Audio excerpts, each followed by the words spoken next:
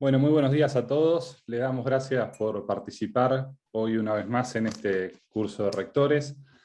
Hoy me toca una tarea particular, dado que en esta ocasión al presentador le toca ser también conferencista, alguien tiene que reemplazarlo en su función. Así que empiezo por presentarme yo soy Federico Leverman, estoy a cargo de la comunicación del CONSUDEC, y bueno, muchos de ustedes seguro habrán recibido en estos días algún correo mío por todas las cuestiones organizativas de este evento.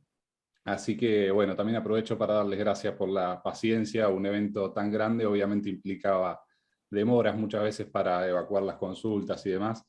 Y bueno, han sabido tener esa paciencia por la situación. Paso entonces a presentar a quien nos acompaña con la conferencia de hoy, que ya lo han visto en reiteradas ocasiones en estos días, pero bueno, para que lo conozcan un poco mejor.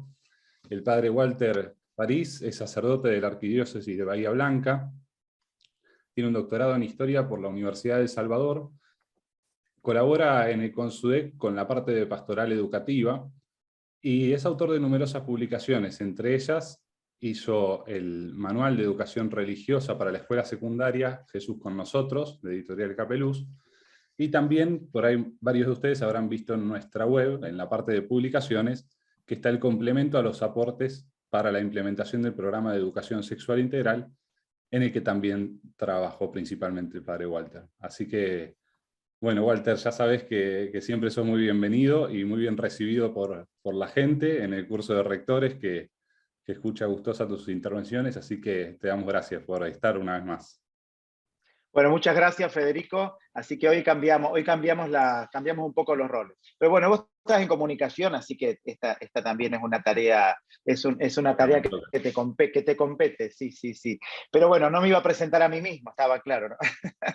Muy bien. Bueno, gracias a todos ustedes también por conectarse, por participar, por apostar por la educación católica. Y en este día quería compartir con ustedes, en la línea que venimos reflexionando sobre el Pacto Educativo Global y la sinodalidad, tratar de profundizar esta mirada, ayudarnos a profundizar, porque nos ayuda en todos los aspectos de la Iglesia, en todos los aspectos de la vida cristiana y de la vida eclesial.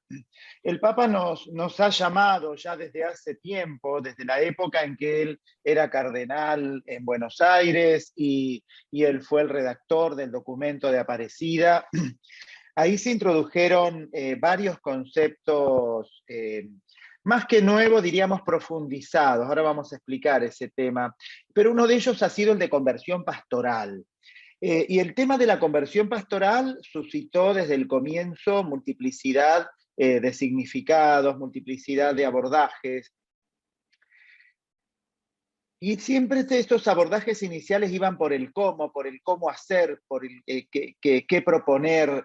Y el problema es mucho más profundo, porque la palabra de conversión es mucho más profunda que una cuestión de hacer algo o dejar de hacer algo o comenzar. Entonces comenzaron algunas líneas donde se plantearon haceres novedosos, algunos discutibles, otros polémicos, otros, bueno, con una pretensión de novedad, pero que no la tenían. Entonces, ¿qué es lo que nos plantea esto? Y a mí me gustaría concentrarme en el inicio de este encuentro en un tema que no se le da mucha importancia en el Papa Francisco en la actualidad, que es en los llamados del Papa a tener cuidado con las colonizaciones ideológicas.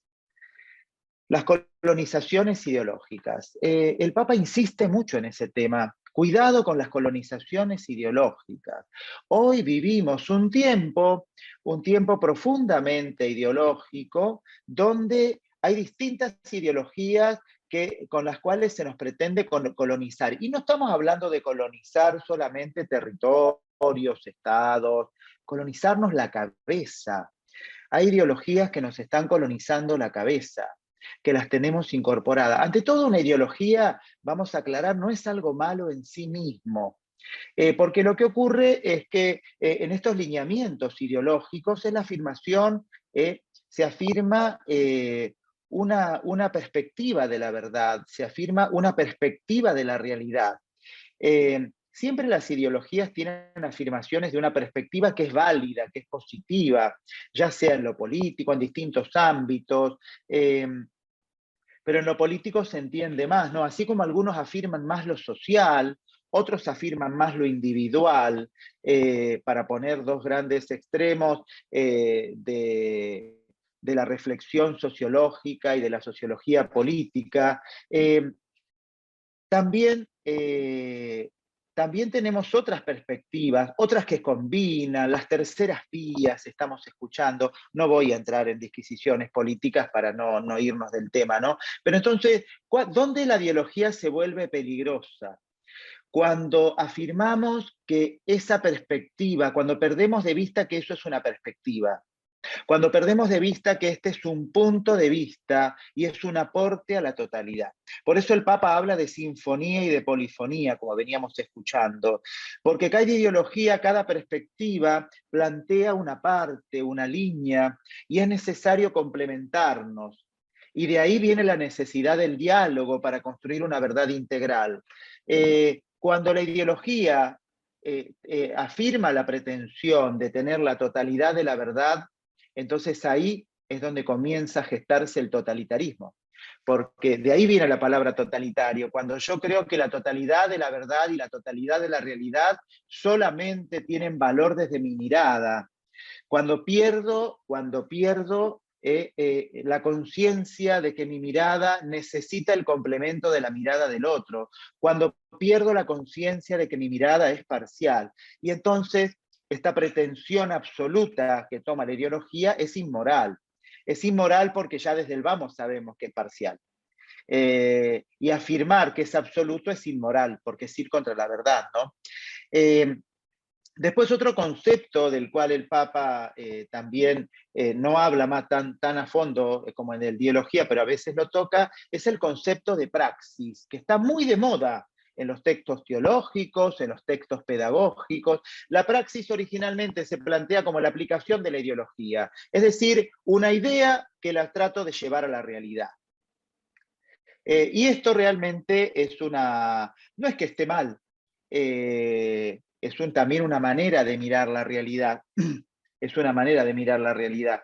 Pero el Papa nos dice cuidado porque no es una teoría para aplicar a la realidad. No es una manera, disculpen que tome un mate en vez de tomar agua. No es una teoría para aplicar a la realidad, no son ideas que nosotros aplicamos, sino que partimos del encuentro y de la experiencia de la realidad y en el encuentro con las cosas y con las personas, ¿no?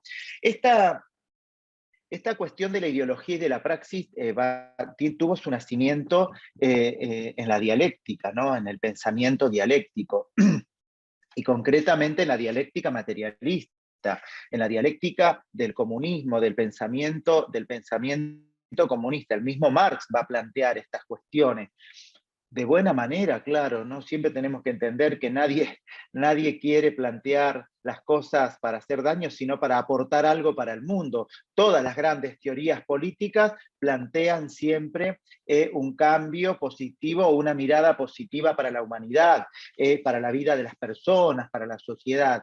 Pero en este contexto que también el Papa lo alerta, por eso digo que es tan importante, en este contexto del nacimiento del concepto de ideología y de praxis, estaba la idea de que había algunas personas iluminadas, porque estos son hijos del iluminismo, algunas personas que son los que tienen y toman conciencia y tienen que ayudar a los demás a tomar conciencia, lo que se llamaba la conciencia de clase, ¿no? A tomar conciencia del lugar que ocupamos en el mundo, a tomar conciencia de la manera en cómo vivimos la realidad, a tomar conciencia de la situación en la que nos encontramos dentro, en este caso, del modo de producción, este tema de tomar conciencia. Pero ¿dónde, que no está mal tampoco? Pero el Papa alerta, cuidado que acá no hay iluminados, acá hay una comunidad, nos ayudamos en comunidad. Él no se propone como iluminado, el Papa, sino como un servidor de la comunidad. Entonces, fíjense cuántas consecuencias tiene este tema de las colonizaciones ideológicas, ¿no?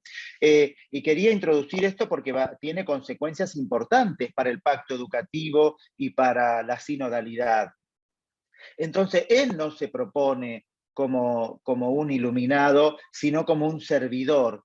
Porque estos iluminados, cuando a la sociedad le cuesta tomar conciencia, y entonces comienza el proceso revolucionario, donde tenemos que lograr que se tome conciencia por la fuerza. Y ahí tenemos el manifiesto del Partido Comunista, ¿no?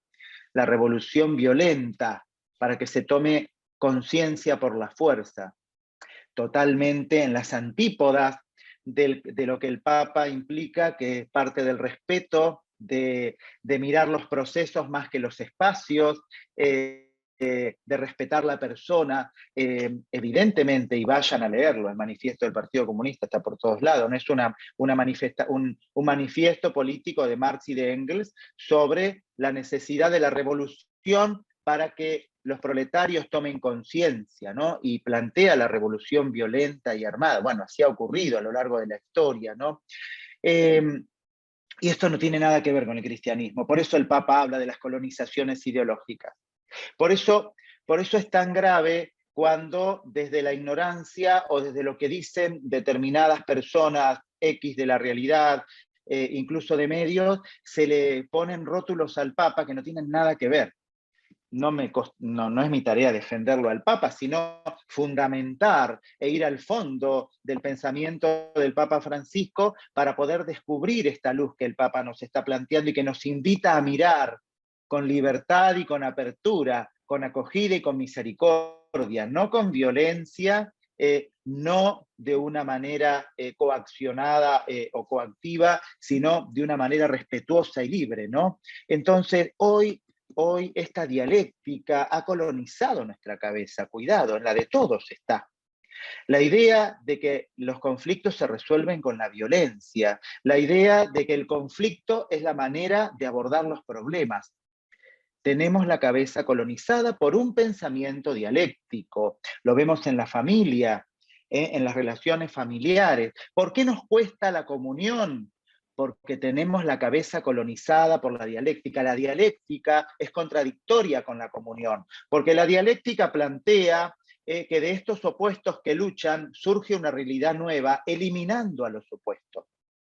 Mientras que la comunión abraza a todos, no necesitas eliminar a nadie. Hoy vivimos con la idea de que es necesario eliminar a alguien para que la realidad funcione, o que se elimine toda la realidad para que alumbre una realidad nueva, que se vayan todos. Eso también es dialéctica. Tenemos colonizada la cabeza con la dialéctica, y esto es algo de lo cual tenemos que tomar conciencia, porque si no, no vamos a poder llegar al núcleo de lo que nos propone el Papa Francisco en continuidad con todo el magisterio. Hacemos dialéctica con el Papa, hacemos dialéctica en la Iglesia cuando planteamos las miradas dentro de la Iglesia, las perspectivas, ¿no? La Iglesia es una madre, las madres no hacen dialéctica, las madres aman a todos sus hijos, ¿no? Y entonces el punto es que también podemos hacer del cristianismo una ideología. Y el cristianismo, y hacer dialéctica con el cristianismo, ¿no?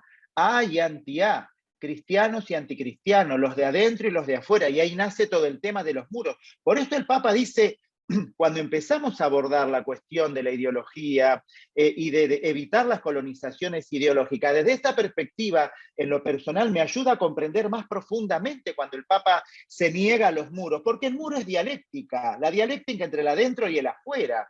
El creer que encerrándonos en muro vamos a conservar el catolicismo, la escuela católica, entonces le hacemos el muro para conservar a los católicos adentro y que no sean contaminados por el exterior.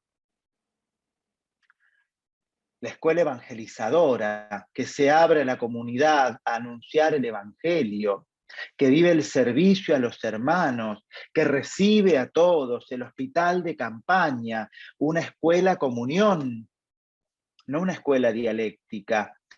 tenemos metida la dialéctica dentro nuestro. ¿Qué hacemos con los chicos que se manifiestan partidarios de estos nuevos colectivos? Abrazarlos. No hay dialéctica entre estos colectivos y nosotros, somos todos hermanos, fratelli tutti.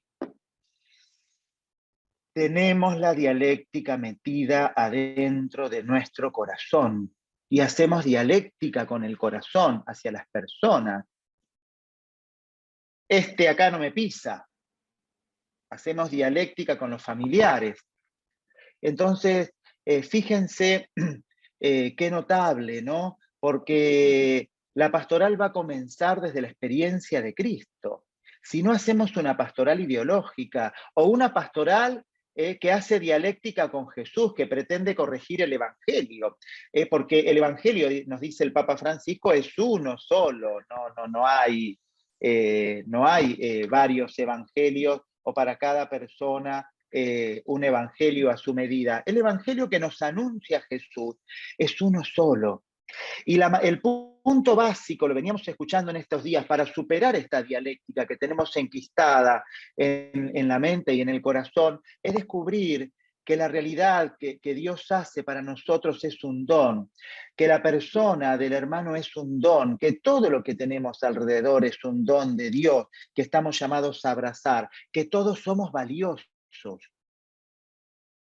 Si no partimos de esta colonización, con la conciencia de esta colonización ideológica, siempre vamos a terminar cayendo en una afirmación personal y en una dialéctica con el que tenemos adelante o con la realidad que tenemos adelante, ¿no? E incluso hasta se hace dialéctica con el Papa, ¿no? Porque como el Papa no responde a veces a mis expectativas, es un ser humano, y encima argentino, ¿no?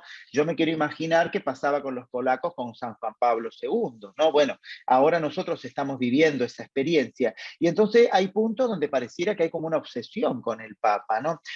Una obsesión primaria y generalizada, a motivo de charla en el confesionario con muchas personas, es acusarlo, ¿viste? Lo acusan de montones de cosas, lo acusan de que es peronista, de que es pobrista, que es politiquero, que no quiere venir, que nos abandonó, que es zurdo, que sigue la teología de la liberación, que no le gusta, que no quiere recibir a los más tradicionales, que bueno, otro tema que ayer lo estuvimos charlando con el padre Luis, que se lo plantea como sirviente de la ONU, como que sigue los objetivos de la ONU. Es más, en el extremo hasta he escuchado, y lo han escuchado ustedes, que es un antipapa, que no es un papa legítimo, o sea, unas barbaridades, ¿no? Unas barbaridades. Y después tenemos el otro extremo, que también es ideológico, ¿no? Donde parece que con el papa comenzó la iglesia, que antes del papa no había iglesia, que San Juan Pablo II no, pareciera que ni Benedicto, ni Juan XXIII, ni nada, que no había tradición, ¿no? Una cuestión impresionante, ¿no? Ni una cosa ni la otra. El Papa viene en todo un camino enlazado con el magisterio. A lo primero, sencillamente, ni gasto energía en responder esas cosas, primero porque el Papa no necesita que yo responda nada para defenderlo, pero todo conviene para el bien de los que lo aman. Si todavía tienen fe los que dicen esa cosa del Papa, todo conviene para el bien de los que lo aman. Y es el Papa que nos regala el Espíritu Santo y que nos viene a sacar del lugar de comodidad. Y a veces, como nenes caprichosos, nosotros no queremos salir del lugar de comodidad. Y entonces estamos pensando, viste, como los adolescentes que piensan que el papá y la mamá se levantan temprano para planificar cómo arruinarles la vida. Y con los años, ¿qué descubre el adolescente? Que el papá y la mamá solamente buscaban hacer lo mejor para él, para ella. Y el Papa se levanta todas las mañanas pensando cómo gastar su vida para hacerle bien a la iglesia y a todos los cristianos del planeta, ¿no? Está dando la vida, consagró su vida al servicio de la iglesia y para testimoniar a Cristo. Y a lo segundo, con respecto a plantear el Papa como si antes no hubiera habido iglesia, ¿no? Incluso hasta acusando los magisterios anteriores de otras cosas, de esencialistas, de un montón de cuestiones. La Iglesia tiene 2000 años de historia, y Francisco es justamente el don del Espíritu después de 2000 años de camino, ¿no? El Papa está planteando profundizar, y esto bueno, soy historiador, acá justo lo veo a Monseñor Poli en el Zoom interno nuestro, donde estamos, que también es historiador, ¿no? Entonces, el Papa está enlazado en la historia, ¿no? Y esto me llevó a remontarme cuando era muy joven, que estaba recién ingresando al seminario. Me hizo revivir toda esta historia que comienza con San Juan Pablo II y la convocatoria a la novena de años para el 5º centenario de la evangelización de América Latina, el llamado a la nueva evangelización. Y me remonto hasta allá, por no ir más atrás, bueno, al Concilio Vaticano II, evidentemente, ¿no? Pero es volver a la experiencia de Cristo, ¿no? En la Iglesia nosotros profundizamos caminos, y vamos desplegando ese abanico que está cerrado y que es infinito, porque es la vida de Dios, y en la experiencia cristiana vivimos justamente del Espíritu Santo, como fuente de conocimiento, como fuente de vida. El conocimiento de la fe, profundizar, conocer todo según Cristo, como nos dice San Pablo, profundizar la realidad, ir más allá, duc in altum, el llamado a ir a lo profundo, a ir más allá de la realidad y más adentro de la realidad. Y entonces el Papa Francisco nos invita a esta conversión pastoral como una profundización de la vida. Como les decía, San Juan Pablo II llamó a la novena de años en el 83, invitándonos a una nueva evangelización, nueva en su ardor, nueva en sus métodos y nueva en su expresión. Me acuerdo que la sabíamos de memoria todo eso, ¿no? Y en Nuevo Milenio Ineunte, el mismo San Juan Pablo II, cuando se plantea ahí yo veo el origen de esto que el Papa nos puso delante, el cambio de época. ¿Cómo vamos a afrontar los cambios del nuevo milenio?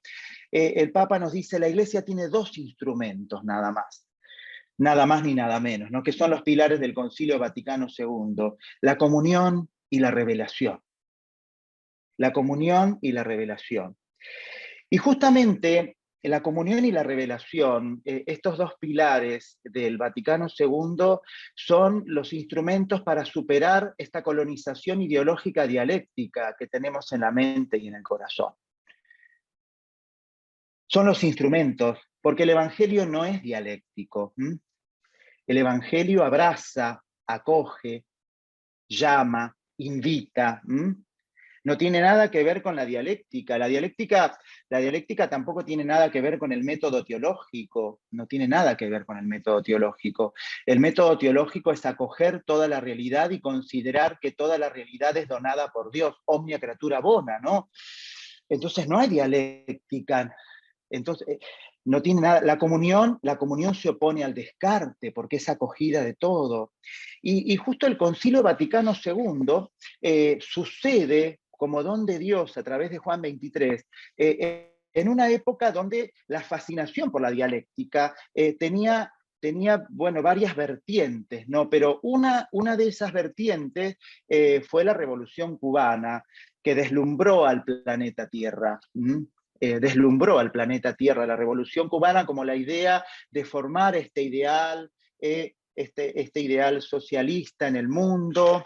La otra fue el crecimiento o el advenimiento del Partido Comunista más grande de Occidente, que fue el Partido Comunista Italiano, ¿no? Y el otro, las grandes revoluciones juveniles en Europa. El Mayo francés, la Primavera de Praga, que planteaban justamente esta visión dialéctica y revolucionaria, la inversión de los polos, la aparición de un polo nuevo y la desaparición del otro. Y en este contexto, la Iglesia llama a la comunión, a mirarnos como hermanos, a no excluirnos, a abrazarnos como hermanos, a descubrir que el camino no es la revolución, que necesita de excluir a una parte para afirmar otra, sino que el camino es reconocernos a todos como hermanos y que todos tengamos lugar en la realidad. Y por eso es importante tomar conciencia de estas colonizaciones. Dios no es dialéctico. Dios no es dialéctico. El ser de Dios no es dialéctico. El ser de Dios es relación, es comunión, comunión de personas. Por eso la dialéctica, tal como se la plantea y que viene teorizada desde Hegel, y bueno, que tuvo una larga trayectoria y que la tiene en la actualidad, se vuelve un peligro como lógica de la realidad, porque necesita, como les decía, la desaparición de los polos en pugnas para el alumbramiento de algo nuevo. Y cuando digo la palabra desaparición, la digo con toda premeditación y alevosía, porque es una palabra hiriente en nuestro corazón argentino. La comunión acoge a todos y todos tenemos derecho y tenemos la urgencia de poder vivir esta comunión. El concepto de revelación en esta línea también es superación de la dialéctica entre escritura y tradición. Y entonces, en vez de estarnos peleando dónde habla Dios, si en la Biblia o en la tradición, acá el punto es que tenemos que concentrarnos en que Dios está hablando. Y me acuerdo de la primera Biblia que tuve, y lo digo siempre, perdonen a los que se me han escuchado en otras charlas, porque, bueno, fue un acontecimiento para mi vida cuando era chico. La primera Biblia que recibí fue un evangelio que se llamaba Dios habla hoy. Y no me olvido más. Dios habla hoy y habla a través de la realidad. Ya el Concilio Vaticano I, a finales del siglo XIX, había planteado que Dios hablaba y que nosotros entendíamos el lenguaje de Dios a través de la luz de la razón en la creación y a través de la luz de la fe. A través de la luz de la fe, de la gracia de la fe. Pero el punto de fondo es que Dios habla. Esto es lo más fascinante, ¿no? Que Dios habla, que nos permite conocerlo a través de la realidad, que Él está dentro de la realidad porque la realidad está hecha del ser de Dios. Dios participa su ser, comunica su ser y comunica su designio a través de la realidad, de todas las realidades. Y sí, también a través del COVID Dios nos está hablando porque Dios salva, Dios abraza, Dios cuida. Incluso a esos hermanos que han partido, Dios los acoge, los recibe. Dios habla porque acontece. El gran punto de la revelación, del concepto de revelación, es la superación de la dialéctica y el significado de que Dios está presente. Por eso el Papa Francisco, en mi humilde perspectiva, retoma este concepto de este llamado a la nueva evangelización de San Juan Pablo II y nos ayuda a ir a lo profundo, ir a lo profundo.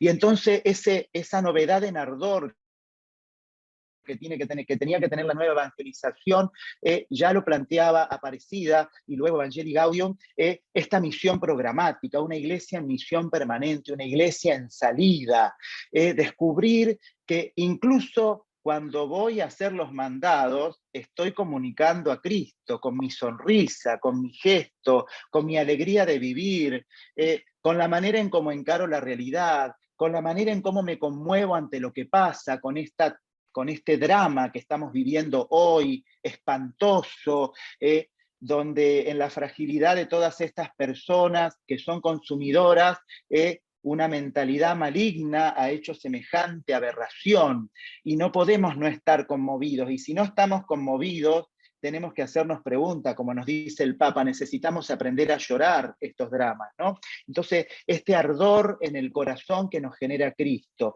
nueva en sus métodos, la sinodalidad, una sinodalidad que nos plantea, por un lado, la escucha, escuchar la voz de Dios que nos habla en la realidad, que nos habla en los hermanos, y la asamblea, la escucha de los hermanos y el discernimiento, un nuevo método. El discernimiento, también otro concepto que con el que el Papa Francisco viene insistiendo. Y nueva en su expresión. Ya no vivimos más una batalla discursiva. Nosotros no somos hijos del Círculo de Viena, ni estamos preocupados por la verdad que acontece en el discurso. Acá el punto es el testimonio, no discurso. No es un problema de discurso. A mí me tocó hacer el seminario en los 90, y había momentos en que daba la idea, dentro del contexto de la iglesia, ¿no? Daba la idea que para ser cura había que estudiar marketing, ¿sí? Como si fuera todo un problema de imagen, y de hecho había algunas cuestiones relacionadas con la imagen de la iglesia, una cosa así, no me acuerdo con exactitud.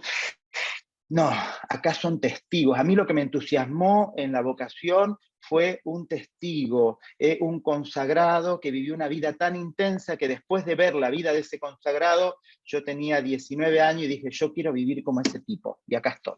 Pasaron ya casi 30 años desde ese día. Lo que evangeliza justamente es la obra que Cristo hace en nosotros. Decía Giussani, Luigi Giussani, un maestro, un fundador de Comunión y Liberación, decía que el cristianismo se comunica por envidia, decía, ¿no? Al ver lo hermosa que es la vida que vive una persona, uno le tiene ganas de vivir la vida que vive él, ¿no? Y algo así me pasó a mí con esa persona. O decía que era Lubick, ¿no?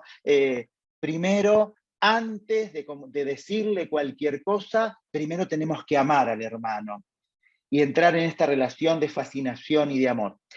Por eso la sinodalidad y el pacto educativo global nos colocan frente a un cambio profundo de mentalidad, animado por la teología del encuentro, y por la concepción de una iglesia en salida y no encerrada. La iglesia encerrada es dialéctica, es los de adentro y los de afuera. La iglesia en salida es una iglesia que abre los brazos para la comunión, para la acogida. El cristianismo, justamente, nos decía Benedicto XVI, el Papa Francisco lo retoma muchas veces, es el encuentro con una persona, no nace de una genialidad ética. Hubo montones de momentos importantes del genio, del corazón humano, ¿no? Qué sé yo, si nos ponemos a pensar en el desarrollo ético de la Grecia frente a la corrupción de la polis, para poner un ejemplo, ¿no? Todas las iniciativas para mirar las sociedades nuevas que nacen en el siglo XIX entre la caída del antiguo régimen, donde nacen las corrientes políticas actuales, pero sin embargo, lo que cambia la vida y el corazón de las personas es un acontecimiento, algo que sucede delante.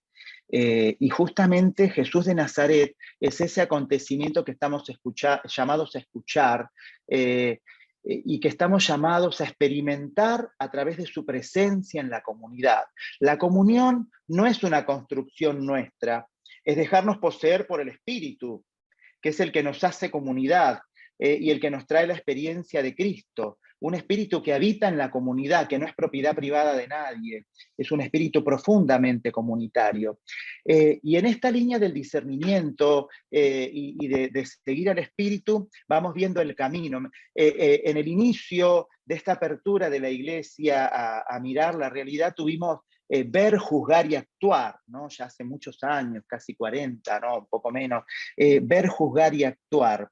Bueno, fue valioso ver la realidad, hacer un juicio sobre la realidad, actuar, no quedarnos de brazos cruzados, no conformarnos con comulgar y volvernos a nuestra casa contentos, vivo la moral, comulgo todos los domingos, vivo mi familia, el muro, estamos tranquilos, pero fue valioso, pero es un método estático, aséptico, estoy desde afuera, yo veo lo que pasa, no me meto.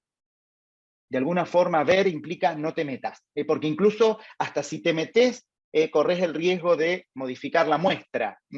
Es un método científico, sociológico, mira desde afuera, es descriptivo, y fue valioso. Sin embargo, se planteaba incluso el concepto de ideología y de praxis, donde la ideología, en el contexto positivo del par, ¿no? No en el negativo que hablamos al comienzo, bueno, las ideas estaban en el plano del magisterio y las aplicábamos a la realidad para transformar la realidad. Marco de la realidad, marco doctrinal, problemáticas, acciones a realizar. Así era el cuadro de la planificación pastoral. Me acuerdo, era joven, estaba muy entusiasmado. Fue valioso, nos ayudó muchísimo, ¿no? Aparecida nos invita a un paso más profundo, a un paso más profundo.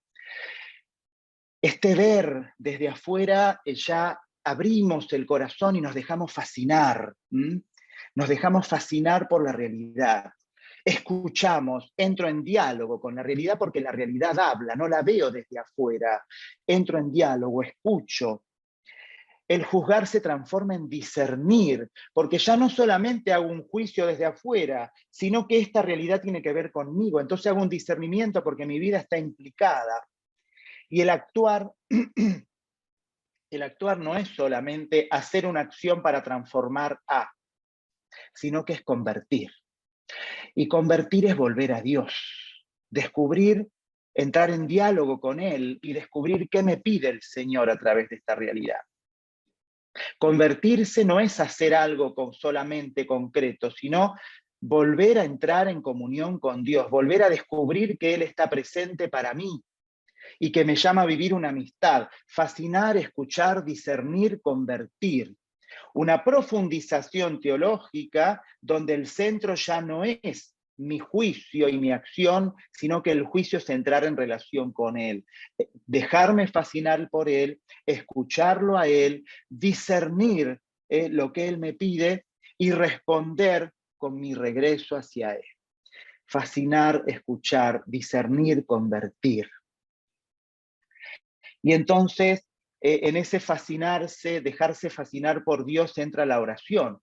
La oración que moviliza la escucha y la escucha que moviliza la oración.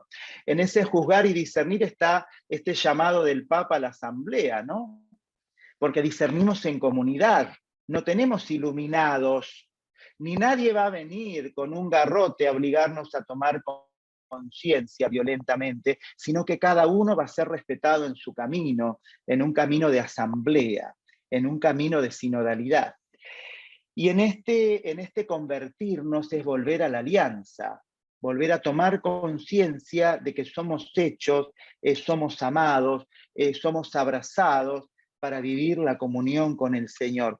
Por eso el Pacto Educativo Global nos invita a mirar la educación en el marco de la realidad de una manera nueva, y no de una manera operativa como funcionarios, que esa es otra dialéctica, ¿no? Esa es la dialéctica séptica que viene de esta manera de no involucrarse en la realidad, la dialéctica de la burocratización. Esa es la dialéctica de Weber, así como está la dialéctica que inaugura el marxismo, está la dialéctica de Weber que dice que el futuro de la humanidad, no se asusten por la palabra que voy a decir, es la burocratización, decía Weber. ¿Por qué? Porque él planteaba que la existencia de estructuras y de instituciones, y es válido lo que dice, que la existencia de estructuras y de instituciones van a garantizar el funcionamiento de la sociedad más allá de las personas, más allá de la moral de las personas, con mecanismos de control que van a ir regulando y purificando estas realidades.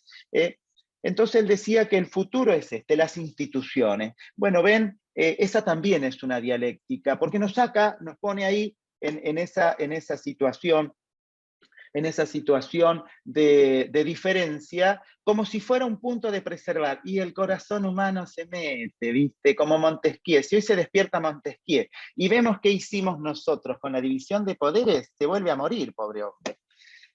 Porque las instituciones tienen sentido, no por sí mismas, las hacemos nosotros. Toda la sociología del siglo XX fue un tomar conciencia, la sociología francesa, concretamente a partir de Pierre Bourdieu, de tomar conciencia de que las realidades las producimos y las reproducimos los seres humanos, no están caídas del cielo. Claro, las instituciones nos sobreviven. Entonces, el plantear la educación de una manera funcionaria implica no involucrarse. Y entonces superar esa dialéctica y comenzar a vivir esta relación como Dios vive la relación con nosotros, volver al camino de imitación del Padre. La educación como un encuentro, la educación como lugar teológico donde Dios me habla. Dios me habla a través de los alumnos, Dios me habla a través de mis compañeros de trabajo, Dios me habla a través de los directivos, me habla a través del sistema que vivimos. Y tal vez alguno dirá, ¿cómo? ¿A través del sistema? Sí, porque todo lo que existe porque Dios permite que exista y es para nuestro bien, para nuestra creatividad. Evidentemente que nos llama a una profunda fe, a una profunda comunión toda esta realidad. Por eso la noción de diversidad y la acogida de la diversidad a la cual nos llama el Papa Francisco no es una alternativa a la hegemonía. Ah, bueno, perdimos la hegemonía, ya ideológicamente la Iglesia no tiene la relevancia de décadas pasadas, entonces, bueno, ahora vamos por la diversidad porque si no, no es una jugada pragmática, es una profundización del Evangelio. Las visiones hegemónicas, Jesús no nos llamó a hacer una hegemonía, empecemos por ahí, ¿no? Nos llamó a anunciar el Evangelio, a invitar a todos a vivir esta experiencia, a descubrir el amor del Padre. Cuidado con este tema, porque las visiones hegemónicas no tienen nada que ver con el cristianismo. Y el concepto de educación hegemónica tampoco. Estamos llamados a compartir una experiencia. Por eso la conversión pastoral, por eso la necesidad de tomar conciencia de que tenemos dialéctica. Los que siguen planteando la noción de hegemonía están teniendo una visión dialéctica. Nosotros y los otros. Y encima una visión dialéctica donde los otros hay que sacarlos del medio porque son dañinos. El famoso concepto de la manzana podrida. ¿Cuántas veces usamos el concepto de la manzana podrida para explicar problemáticas en nuestros distintos grupos, aulas, escuelas? Eso es un concepto dialéctico. Entonces, la escuela, la vida, la realidad, la familia como lugar teológico, se nos manifiesta en la comunión y Dios nos ha creado para vivir un vínculo y una relación con cada una de las personas y de las realidades con las que vivimos.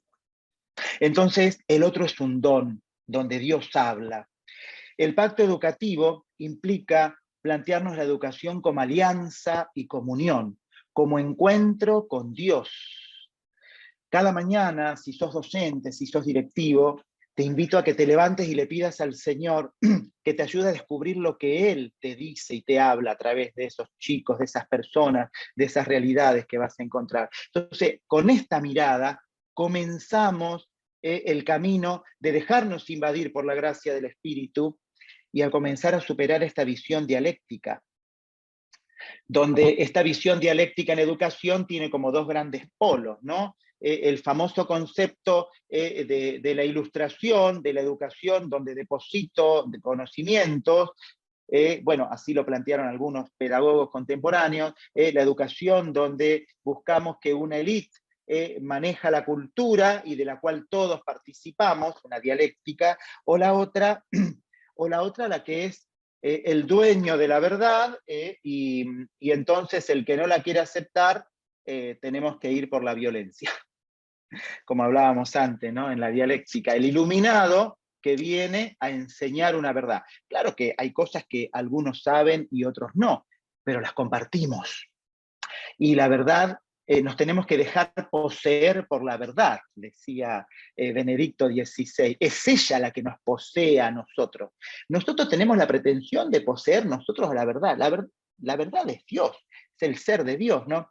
Y por eso el pacto educativo implica vivir la educación como comunión, caminar juntos, como proceso, como camino, como acompañamiento. Vivimos un acompañamiento porque el proceso educativo es personal y en ese acompañamiento también nos vamos educando nosotros, como seguimiento porque implica esto tomar conciencia de que hay alguien que está un paso adelante en algunos aspectos de la realidad y que ese estar un paso adelante no es poder sino servicio. Y todo lo que uno ha caminado y ha aprendido a lo largo del tiempo es para servir a los demás y no para ejercer un poder sobre los otros. ¿Cuántos años vivimos, en mi caso, la educación como poder, ¿no? En el caso padecida cuando éramos adolescentes. Después teníamos profesores servidores que era un placer estar con ellos, ¿no? Entonces, y finalmente la educación como morada. Hay un lugar donde Él habita y donde podemos llegar. Es un lugar donde estamos llamados a ser más nosotros mismos. La educación como morada, un lugar donde mi yo es más grande. Por eso el pacto educativo implica un camino de conversión. Y la sinodalidad como tal no es simplemente un discurso nuevo donde cambiamos las palabras, sino en el contexto de todo el itinerario que he planteado, vemos cómo el concepto de sinodalidad viene a romper y ayudarnos a romper estos esquemas dialécticos que impiden la experiencia de la comunión. Yo lo veo al Papa, perdónenme, he ido mucho últimamente, pero lo veo al Papa como un gran kinesiólogo de la Iglesia, ¿viste? Vos vas al kinesiólogo y el kinesiólogo a veces tiene que romper las adherencias de las cirugías que te hicieron, ¿viste? Y el Papa viene a ser como un kinesiólogo, ¿viste? Despacito, con paciencia, sin lastimarte, el kinesiólogo tiene que empezar a poner en movimiento una articulación, a romper las adherencias para que el líquido de la articulación comience a pasar por toda la articulación y a lubricarla, porque si lo hace de golpe, la lastima y se vuelve a pegar, ¿no? Entonces, disculpen la imagen, ¿no? Se me ocurre recién, a mí me pasa eso cuando me toca compartir así algunas experiencias, y yo lo veo como un gran kinesiólogo, y la sinodalidad es este método a través del cual nos llama a romper estas dialécticas que tenemos metida dentro y a dejar que el espíritu invada toda nuestra vida comunitaria. Por eso no es un proceso de receta donde yo miro el canal de cocina, pongo esto, pongo aquello, pongo acá, de cocina o de educación vamos a llamarle para usar la imagen, ¿no? Pongo todo esto, lo meto en la procesadora, lo bato, lo meto al horno y ya está. Entonces dentro de 10 minutos estamos comiendo la torta. No, no es así. Es un proceso, un camino de conversión. Por eso, más que preocuparnos por el cómo, que es importante porque tenemos que empezar a caminar en lo concreto, porque ustedes están en las escuelas, están en las aulas, tenemos que empezar a preguntarnos qué pasa en nuestro corazón. Así como van cambiando las culturas, van cambiando las tecnologías, los entretenimientos, ¿no? Y entonces surgía un reel muy gracioso en Instagram, donde una persona dice: los odio a todos los alumnos, odio a todos los docentes, odio a todos los directivos. Era toda una catarata horrorosa de cosas. Causa un poco de gracia, ¿no? Pero que alguien se plantee algo así hasta refleja la dramaticidad de un corazón hastiado, ¿no? Cuando nos abrimos a la perspectiva del hermano como un don, acontece una transfiguración, ¿no? Y por eso tenemos que dejarnos acompañar por la Madre, por la Santísima Virgen. La Virgen nos ayuda a educarnos en la sinodalidad, en la comunión. A mí me gusta profundizar el drama de la Santísima Virgen y de San José, ¿no? Y el ángel se alejó, dice el texto de Lucas.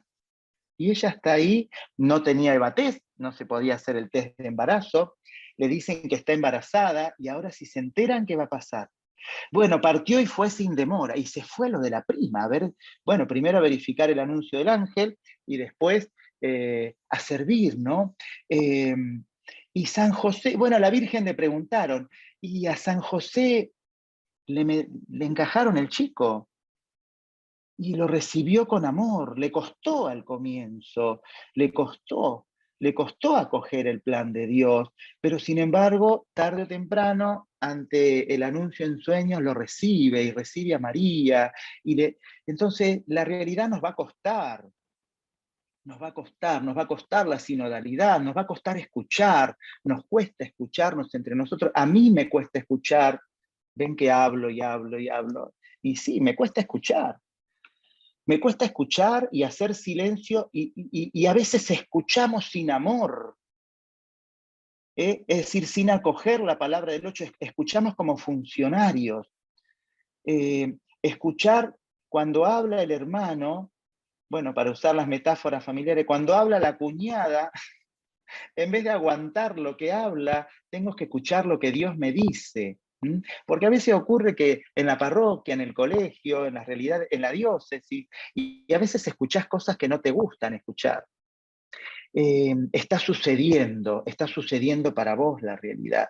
Por eso me gustaba enmarcar el concepto del pacto educativo y de la sinodalidad en una concepción que vaya más allá de las recetas de hacer cosas. Las cosas las tenemos que hacer porque es un camino que el hacer va reforzando la mudanza, el cambio del corazón, y el cambio del corazón va reforzando el hacer. Bueno, esto era lo que quería compartir sobre la sinodalidad, sobre el pacto educativo global, y descubrir que, para cerrar, como nos decía el padre Luis ayer, no lo quiero repetir, que ante las objeciones que a veces escuchamos, ¿y dónde habla de Dios el Papa en el pacto educativo? Bueno, el Papa nos invita a encontrarnos desde nuestra humanidad, es un llamado a un pacto educativo global, no un pacto educativo religioso. Porque si el Papa lo redujera solamente a lo católico, estaría haciendo dialéctica, nosotros y los otros. No, y no está haciendo dialéctica. Fratelli tutti. Nos está llamando a mirarnos a todos como hermanos. Nos está llamando a mirarnos a todos como dones de Dios, a tener la capacidad de conmovernos los unos por los otros. Y nos encontramos desde aquello que nos hermana, que es nuestra propia humanidad, la correspondencia de nuestra propia humanidad, la emergencia de nuestra propia humanidad, los fundamentos de nuestra propia humanidad y el deseo de nuestro propio corazón. Bueno, muchísimas gracias. ¿Será que hablé mucho y no aparecieron preguntas? No sé, Fede está por acá. Por un lado, acá respecto al tema de la dialéctica que planteabas al principio, muy interesante, a mí me pasa a veces que me encuentro con personas que creen que desde esta postura están cumpliendo un rol de la Iglesia, ¿no? Están como custodiando la verdad del Evangelio, tienen miedo al cambio, a algunos cambios que realmente sin duda podrían ser malos, ¿no? Podrían ser peligrosos, podríamos decir, en cuanto a la posibilidad de que se pierda el mensaje del Evangelio. Creo que ese es el miedo en mucha gente que utiliza esta modalidad, ¿no? ¿Qué crees que trae este mensaje del Papa o esta manera de ver que no es dialéctica y qué propone frente a este rol, a esta función que le toca a la Iglesia? Primero, gracias Fede. Primero que el mismo Jesús no defiende nada, Él anuncia. Él no viene a defender nada, Él viene a anunciar la experiencia de Dios, Él viene a anunciar la misericordia del Padre, Él viene a anunciar que Dios está presente en medio de la comunidad y a vivir esta experiencia a través de los signos, ¿no? Entonces, esta idea de defender algo implica justamente una visión dialéctica, porque implica un A que tengo que defender de un B. Y el cristianismo es una experiencia cristiana. Todos los mandamientos siguen vigentes, toda la revelación sigue vigente. Cuidado con este tema. La evangelización es nueva en su ardor, en sus métodos y en su expresión, no en su contenido. El evangelio sigue siendo el mismo, pero el camino ante el evangelio es personal. Cada uno va haciendo su camino personal. Y entonces, en la medida en que uno va descubriendo algo bueno, entonces lo vamos proponiendo y lo vamos compartiendo. Hoy tenemos, se me ve bien porque me parece un mensaje de conexión inestable, ¿sí? Hoy tenemos el vicio de la militancia. Y lo digo con toda premeditación y alevosía. Me gusta esa expresión, premeditación y alevosía. Una expresión del derecho penal, ¿no? Vos que sos abogado, estás estudiando ya, estás por recibir. Con toda premeditación y alevosía. La militancia. Y entonces lo teníamos antes. Entonces un tipo dejaba de fumar y entonces empezaba a militar anticigarrillo. Y molestaba a todo el mundo que fumaba. Bueno, fumar está mala, claro, es algo que te hace mal, no digo que esté bien, pero digo, y entonces la militancia. Ahora está la militancia de lo privado, de lo íntimo. Entonces vos vivís tus preferencias íntimas de una manera y entonces tenemos que hacer la marcha por las preferencias esta. Hacé lo que quieras de tu vida, sos libre, soberano, con libertad de expresión mismo. Bueno, yo como de determinada manera. Entonces la militancia de que todos tienen que comer de esta forma. Hay un proceso de criminalización de lo que el derecho no criminaliza, escraches, persecuciones, si vos haces... ¿Por qué? Visión dialéctica. Y esto está trasladado dentro de la iglesia. Y entonces yo vivo esto así, asá, y entonces todos tienen que vivirlo, y el que no lo vive fuera. No. Eso no es lo que plantea Jesús. Jesús no le anda pidiendo un certificado de moral a los que están siguiéndolo. Los invita a vivir esta experiencia. El que ama a su padre y a su madre más que a mí no es digno de mí. Es radical, ¿eh? Ojo que Jesús no renuncia a la radicalidad, ¿eh? Esto también es una, no lo dije entre tanta cosa que dije, perdonen, ¿no? Pero era un tema que lo iba a abordar y como me encanta, digo, esto sería para otra charla, ¿no? Hoy hay algunos que plantean como que en la iglesia, para poder llegar a más gente, tenemos que ser más flexibles. Eso no tiene nada que ver con el Evangelio. Jesús nunca renuncia a la radicalidad. Ahora, la radicalidad es una invitación, no es una imposición. No es una imposición violenta. Si vos no adherís a la radicalidad, entonces te elimino. Dios nos invita a vivir una experiencia de comunión. Vos no la querés vivir, te la perdés vos, sos libre. Entonces, cuidado con la dialéctica, porque incluso la libertad no es dialéctica. Y acá les pateé el hormiguero, lo lamento. La libertad no es dialéctica porque no es elegir entre el bien y el mal. La libertad es una experiencia de felicidad y de plenitud. Es la búsqueda de la plenitud de mi vida.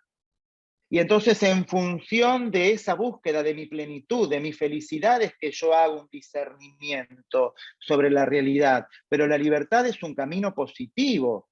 Y la libertad es un don que Dios nos dio para que seamos constructores de nuestra propia humanidad, con la ayuda de su gracia que nos da el ser, ¿no? Y que nos da la realidad. Pero somos artífices y nos ha dado ese don, el don más grande que Dios le ha dado a los hombres, le dice Don Quijote a Sancho Panza, ¿no? Entonces, pero no es dialéctica, no es maniquea la libertad. La libertad es capacidad de plenitud. Pero si ya tenemos en cuenta que nuestra cultura y nuestro tiempo plantea mal la libertad, entonces evidentemente que esto contamina todo. Yo estoy llamado a encontrarme con todas las personas y a vivir esta experiencia como experiencia de plenitud para mí, como una experiencia que planifica mi vida. Y la plenitud de mi vida es la que evangeliza, no mi superioridad de vida, porque también hoy está esta dialéctica de estos que se sienten superiores. Hoy, por ejemplo, hay toda una noción cultural donde los que no practican religiones como que son humanamente superiores a los que tenemos religión. Los que practican determinado estilo de alimentación son superiores a los que no practican ese estilo de alimentación. Los que practican determinado tipo o los que participan en determinados colectivos son superiores a los que participan en otros. No, eso es dialéctica. Bueno, en eso me parece interesante o justo atinado a esto último que estabas diciendo, un comentario de Roberto acá que dice que uno de los vicios actuales en la iglesia, y que tiene que ver con esto que comentabas, es un cierto gnosticismo, ¿no? De gente que tiene el saber como ser superior, ¿no? Como que le da un cierto poder sobre los demás, su sabiduría, la sabiduría que ostentan, ¿no? Y la respuesta es que el poder es servicio. Todas las personas que han estado acá, entre las que no me incluyo, saben mucho y nos han compartido cosas impresionantes y lo vivieron como servicio. Porque incluso la doctrina como doctrina, que es una consecuencia de la experiencia cristiana, es un servicio para relanzarnos a la experiencia cristiana y al descubrir la voz de Dios en la realidad. No es un proceso capitalista acumulativo, donde yo acumulé un montón de conocimiento doctrinal y ese conocimiento me da poder sobre la realidad. No. Pero eso es un problema del corazón, no de la doctrina. La doctrina es inerte, claro. Está en un libro, en el magisterio, ella está ahí. Ahora, ¿qué haces vos? Eso es un problema de tu corazón. Es tu corazón el que tiene el poder como meta y el que tiene como objetivo dominar al otro. Eso también es dialéctica. Está la dialéctica del materialismo dialéctico, como dice el Papa Francisco, el Papa Juan Pablo II en Labor en Exercen, que es la dialéctica del comunismo, y la dialéctica del materialismo práctico, la del capitalismo, la dialéctica donde yo acumulo para diferenciarme de los demás o para ponerme por encima de los demás y para dominar y ejercer un poder sobre los demás. El Papa San Juan Pablo II critica las dos dialécticas en Laborem Exercens, ¿no? Perdonen, se me cayeron todas las sotas, año 79 creo. Bueno, yo era chiquito en esa época, vamos a... era chiquito, pero 43 años pasaron de esa encíclica, de ese documento, perdón, no es una exhortación. Pero la dialéctica, justamente el Vaticano II viene a traer luz con la comunión para poder convertirnos, para poder purificarnos de todas las dialécticas, pero fundamentalmente de la construcción dialéctica que tenemos metida en el corazón y en la mente. Muy bien, Walter. En este tema me parece interesante también pensar, y por ahí para que amplíes un poco, digo, ya que hablando del tema del poder, del servicio y demás, del servicio como forma de ejercer el poder, en este concepto que planteabas de la sinodalidad que trae este pacto educativo, ¿qué implicancias tiene esto particularmente para los directivos, ¿no? Porque pienso que la idea de sinodalidad es muy simpática para el que no estaba integrado y de repente lo integran, ¿no? Pero la persona que llevaba el poder o llevaba su función de dirigir... Su autoridad, vamos a decir su autoridad. Claro. De repente le planteo un desafío, porque decir, bueno, ¿esto qué significa? ¿Que yo ya no tengo más autoridad y ahora mandamos todos? ¿Cómo se lleva adelante esto? ¿Qué propuesta te parece que trae para los directivos? Bueno, la pregunta es dialéctica. Hay una dialéctica, estoy a full con la dialéctica. ¿Vieron? La pregunta es dialéctica porque plantea una oposición entre comunión y autoridad. Que haya comunión, que haya escucha. Vamos a plantearlo en términos de familia esto, ¿no? Tenemos que plantear las cuestiones tal vez nos ayude a entenderlo desde el punto de vista familiar. Que los papás escuchen, sean amorosos, atiendan a las necesidades de los hijos o de la gran familia, porque a veces tenemos abuelos o tíos que comparten la vida de la casa. Ponele, me pasó, yo he vivido así en una familia donde se ampliaba, se achicaba, se agrandaba, se achicaba. La sinodalidad no implica un descarte de la autoridad. La comunión no implica una renuncia a la concepción jerárquica de la Iglesia. Bueno, la palabra jerárquica suena un poco de modé, pero sigue vigente en el magisterio. O sea, no implica una renuncia de la autoridad y a ocupar nuestro lugar de autoridad y de adultos que se nos ha conferido. No es una fuga del lugar de autoridad, y bueno, ahora todo se vota, todo se resuelve entre todos. El Papa sigue siendo el Papa, el obispo sigue siendo el obispo, el párroco sigue siendo el párroco, el padre de familia sigue siendo el padre de familia, el directivo sigue siendo el directivo, para hacer una especie de ampliación del campo, ¿no? De mirada, y cada uno tiene una misión para cumplir en esa realidad, pero con una manera nueva. Ya no desde la ideología aplicada a la praxis, ya no desde las normas aplicadas a la realidad, sino también sin renunciar a este camino, porque vivimos en un mundo, en un sistema educativo, escuchando lo que pasa. Abriéndonos a conocer el corazón de las personas, mirándonos de una manera nueva, desde este lugar de autoridad que te toca, incluso a veces hasta desde este lugar de autoridad que te toca, pidiendo perdón si te equivocaste. Qué revolucionario es que la autoridad pida perdón. Qué difícil que es encontrar una autoridad que pida perdón cuando se equivoca, o que pida perdón públicamente cuando cometió un error. Qué sano que es ver a una autoridad que pide perdón. Qué sano fue ver a San Juan Pablo II arrodillado ante la cruz el miércoles de ceniza del año 2000, pidiendo perdón por los pecados de la Iglesia, en el jubileo de la Iglesia, ¿no? La fuerza del Papa arrodillado y pidiendo perdón a las etnias que fueron esclavizadas, por ejemplo, bajo la mirada complaciente o cómplice de los países cristianos, pidiendo perdón a los oprimidos, pidiendo perdón a los pueblos de América que fueron saqueados, también incluso en nombre del Evangelio, falsamente, y así podemos seguir. Qué importante, cuánta autoridad hay en la humildad.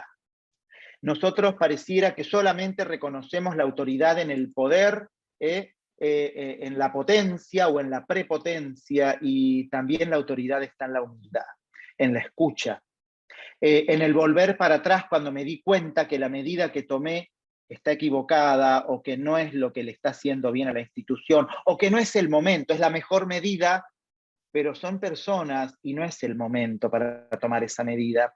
Entonces, ves, no hay una dialéctica, hay una mirada nueva donde el otro es un don, no es un instrumento, donde yo no soy un funcionario.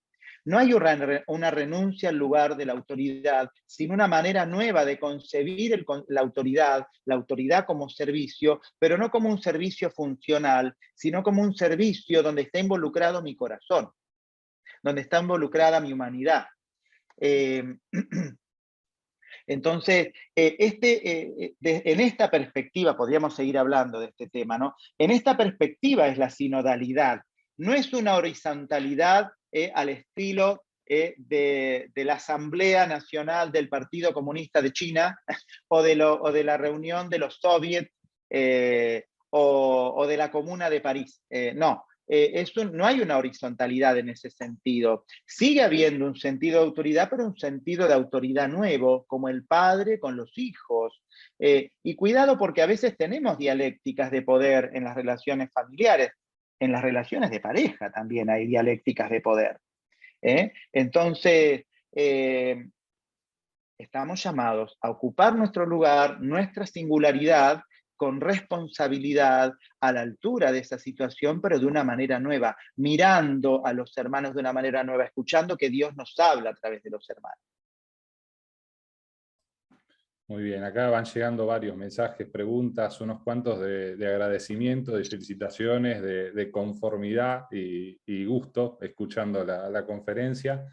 Me parece Gracias. acá interesante lo que pregunta también Cita Zoraida, que, es decir, respecto a este tema de la sinodalidad, también, así como este de los directivos puede presentar una dificultad, ella dice, ¿cómo podemos hacer para escuchar a los jóvenes que tantas veces atentan contra la Iglesia de forma agresiva, con gestos, con palabras hirientes?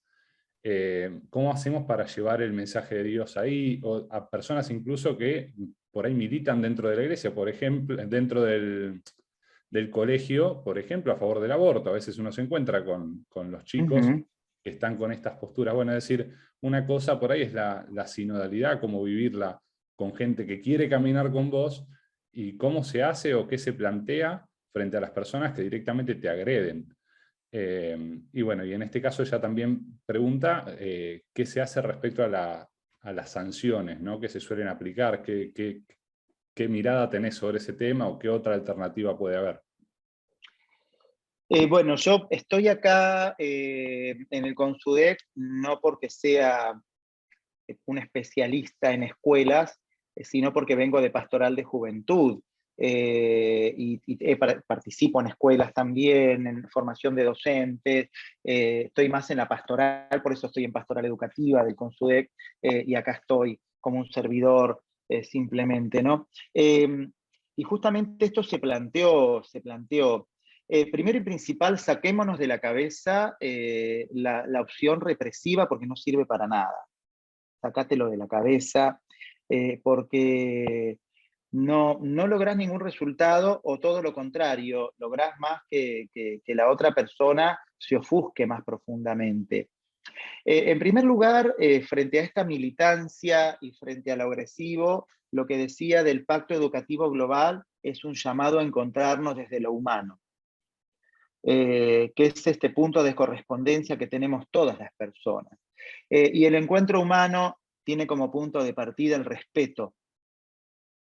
El respeto no tiene discusión. No hay una opción de discutir el respeto entre las personas. Yo creo que este es un punto decisivo para trabajar en las escuelas, para trabajar en el camino educativo de las escuelas. El respeto no tiene un punto de discusión, donde yo pueda discutir que hay una manera de vivir la vida sin respetar. No, no es posible. No es posible porque justamente llegamos a ese punto límite donde en el encuentro de las personas, el punto básico de encuentro lo que me permite tener apertura de corazón ante el otro es saber que el otro me va a respetar. Respetar no significa que está de acuerdo conmigo.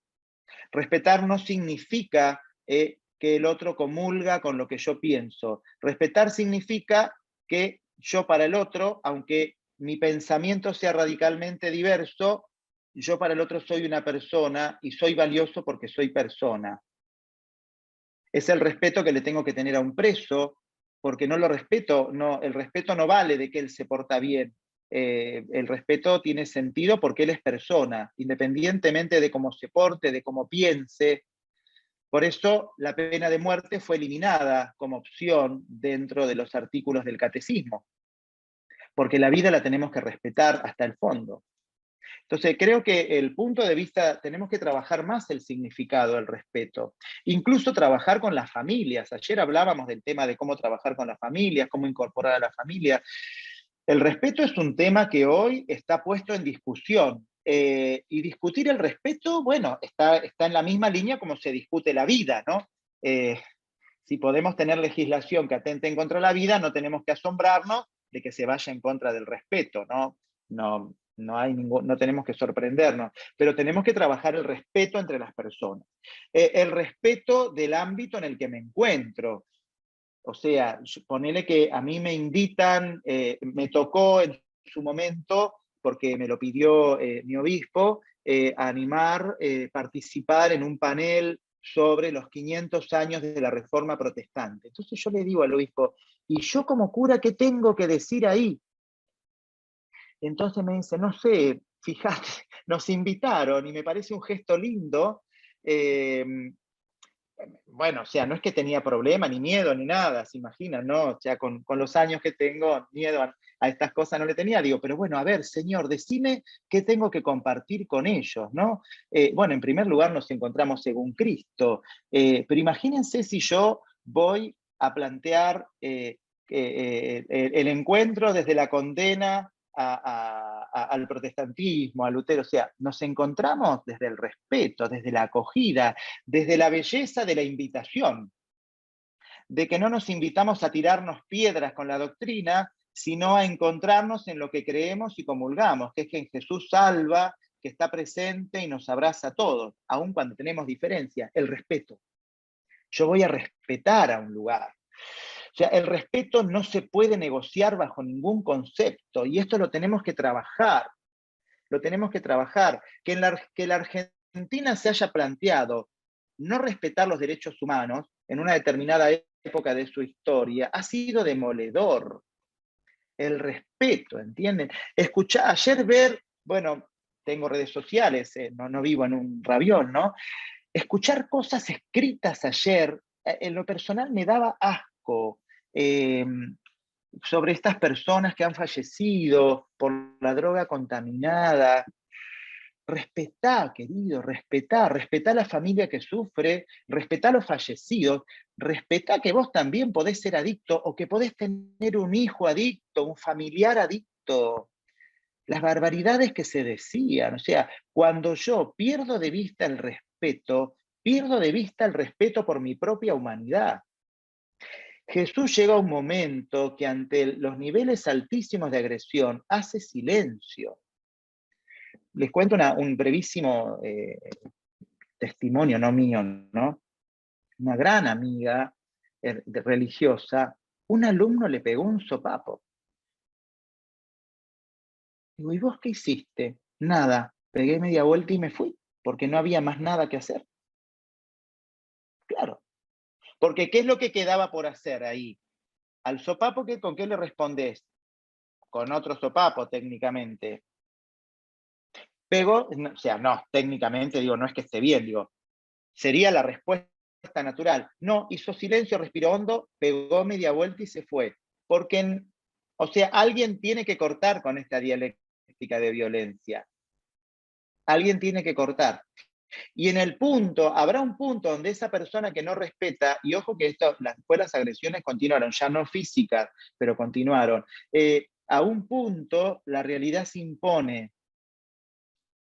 Uno siempre tiene que responder como Jesús, que cuando llegó un punto de irracionalidad absoluta, ¿qué hizo Jesús en la pasión? silencio. Porque si vos vas a responder de la misma manera, no terminamos nunca más, ¿no? Entonces, realmente, claro que es un drama educar, claro que es un drama educar, que implica una apertura del corazón y una ternura en el corazón inmensa que nos ayude incluso a pedir cotidianamente poder recitar con Jesús, con fe y con afecto: Padre, perdonalos porque no saben lo que hacen. Porque en última instancia, lo que no está en juego tu vida, está en juego la vida del otro, que se está dañando a sí mismo. Y esto también es otro punto de trabajo desde el respeto a trabajar con jóvenes y también con los adultos, ¿no? Lo que está en juego es tu vida, no la mía. Yo te estoy comunicando y compartiendo algo lindo que a mí me pasa, que yo vivo, tu ciencia, tu conocimiento, tu experiencia. Está en juego tu vida. Habrá un momento en que nosotros no estemos y ustedes tendrán que afrontar la vida solos, con lo que tienen. El que tiene, se le dará, y al que no tiene, se le quitará aún lo que tiene. El que no hizo nada por su vida, incluso se le va a quitar su propia vida, va a perder su propia vida. Esto es lo que está intentando decir Jesús, ¿no? Es un tema dramático, claro. Muy interesante. Me resulta acá llamativo que recordaste hace un ratito que tu área era la pastoral educativa y apareció una pregunta Opa, desde ese opa. lado. Desde ese lado. No, bastante abierta la pregunta, pero que bueno, que dentro de este, dice Verónica, dentro de este camino que propone el pacto educativo y de la sinodalidad que estás planteando particularmente en esta conferencia, ¿qué sugerencia en particular tenés para las personas que se encargan de la pastoral educativa dentro de cada escuela, que sin duda tienen un desafío muy grande en escuelas que hoy tal vez cuesta caminar, ¿no? hacia una pastoral educativa conjunta, cuando tenés por ahí muchos docentes que no están en la misma línea? Bueno, sin duda que es un desafío muy grande y quiere saber si tenés alguna sugerencia en particular hacia esas personas. Bueno, sí, claro. Tengo sugerencias. Si alguno quiere entrar en los cursos de rectores anteriores, he hablado ampliamente, eso no es que me voy a sacar la pregunta encima, no te asustes, digo, pero para que puedan leer algunos papers que quedaron, están en los cursos anteriores de Federico, vos que estás en comunicación, las distintas conferencias que hemos dado, los escritos, creo Hay, que sí, ¿no? hay alguna grabación y después están las notas en las revistas de cada una Ajá. de las conferencias.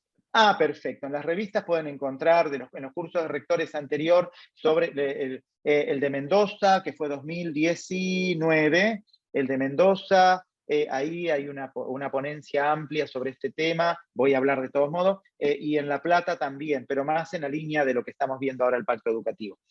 Con respecto a esto, voy a iniciar inicio la respuesta tratando de disolver una dialéctica. Estamos a full con el tema. El tema es que la pastoral educativa no es preparar entretenimientos religiosos para los chicos. Saquémonos de la cabeza eso. No es preparar cosas para que los pibes conozcan a Jesús, los pibes y las pibas. La pastoral educativa comienza con la pregunta: ¿qué significa Cristo para vos? Y basta que a uno o a dos les interese Cristo y les llene el corazón para comenzar a hacer un camino, con uno o con dos. La iglesia comenzó con dos, con Juan y Andrés, que tenían un gran deseo en el corazón, iban a verlo al Bautista, y un día el Bautista se para y dice, ve pasar a Jesús, y le dice, este es el Cordero de Dios. Es el dedito del Bautista, no el mío, ¿eh? Este es el Cordero de Dios.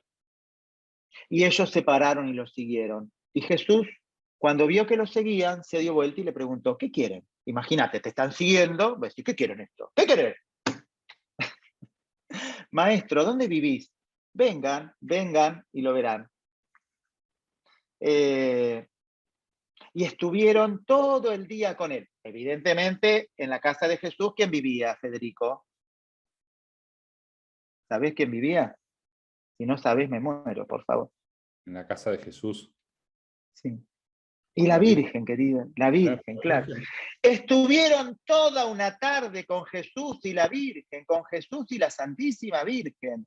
Claro, Volvió a la casa Andrés, lo abrazó a Pedro y le dijo, hemos encontrado al Mesías. Así empezó el cristianismo.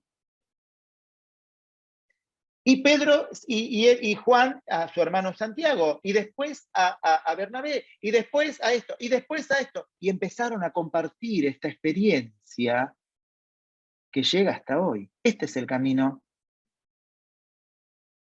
¿Qué significa Cristo para vos?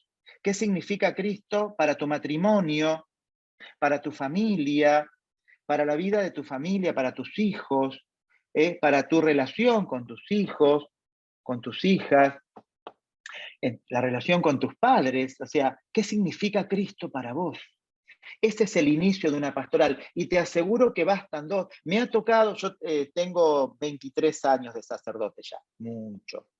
Eh, Me ha tocado llegar a parroquias arrasadas en estos años, no importa, por circunstancias de la realidad.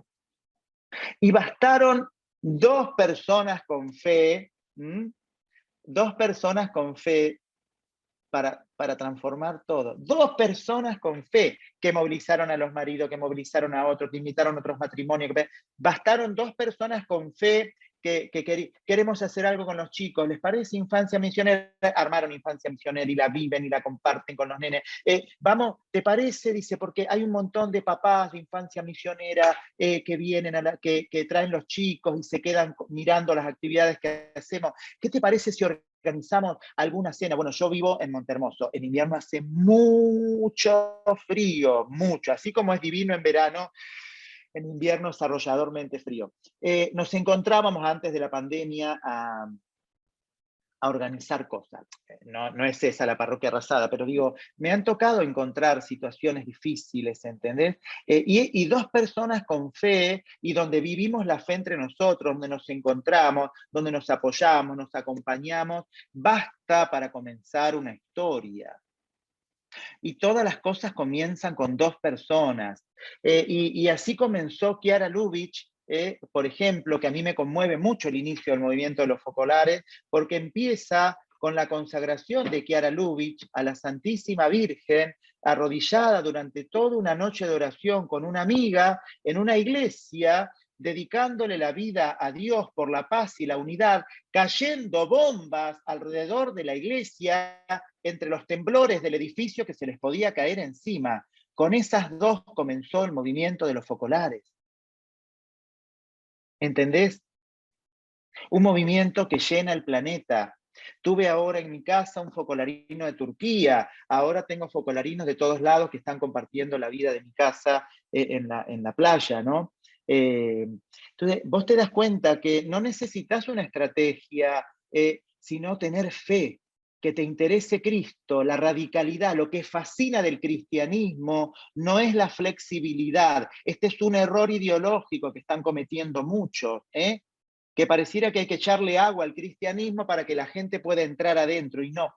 La belleza del cristianismo es la radicalidad, y que Dios te espera con amor a que vos tengas, que tengas todo lo que, el paso que tengas que dar. No tiene pretensiones Dios sobre vos.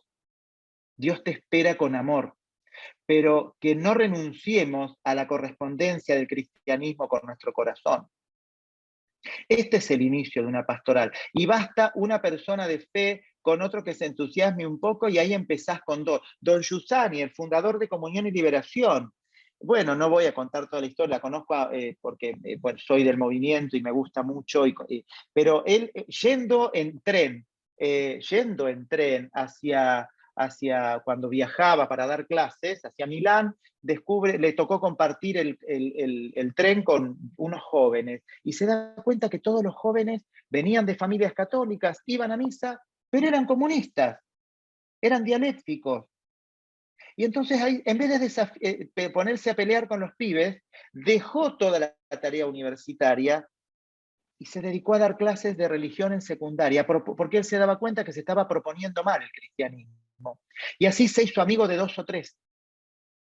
Y hoy es un movimiento que tiene centenares de miles de cristianos adherentes en el planeta Tierra, en todo el planeta. Empezó con 2 o 3 a vivir una amistad. Nunca quise fundar un movimiento, decía. Bueno, así nace la pastoral en un colegio, con la fe, con tu fe, con la vivencia de la fe. Y a veces puede tocarte, porque ha pasado en reuniones de pastoral, que te dicen, en el lugar donde más me combaten para ser pastoral es en la escuela católica. ¿Por qué pasa? Suele pasar. Puede suceder, decía Toussaint. Eh, pero nadie te impide que vos te encuentres con los chicos y con los docentes y con tus hermanos en el tiempo libre, a vivir una experiencia, a juntarte a comer unas hamburguesas, a ver una película con la que pueden hacer un discernimiento y aprender cosas. Nadie te lo impide, nadie te lo impide. El que ama a Cristo es creativo. Ya se nos termina el tiempo. Este es el vicio del coordinador. Se nos va Ya. acabando. Sí, pero muy interesante. Y de hecho, bueno, lo que decía cuando estabas terminando antes de empezar a contestar preguntas, de que dejaba movilizada a la gente, bueno, también se nota en las preguntas que hacen. Es decir, me llamó la atención que algunos terminan como con una pregunta retórica, ¿no? Una pregunta para sí mismos. Es decir, bueno, se quedan pensando desde dónde están viviendo su función, si lo que proponen es una dialéctica o vivir en comunión, si lo que están haciendo es ejercer un poder, una fuerza, o vivir el servicio. Hay más de una pregunta que va en ese sentido, que es meramente para ellos, ¿no? Lo que les deja pensando esta conferencia. Así que, bueno, sin dudas que está dando ya sus frutos. Te damos las gracias, Padre Walter, por lo Gracias a compartido, ustedes.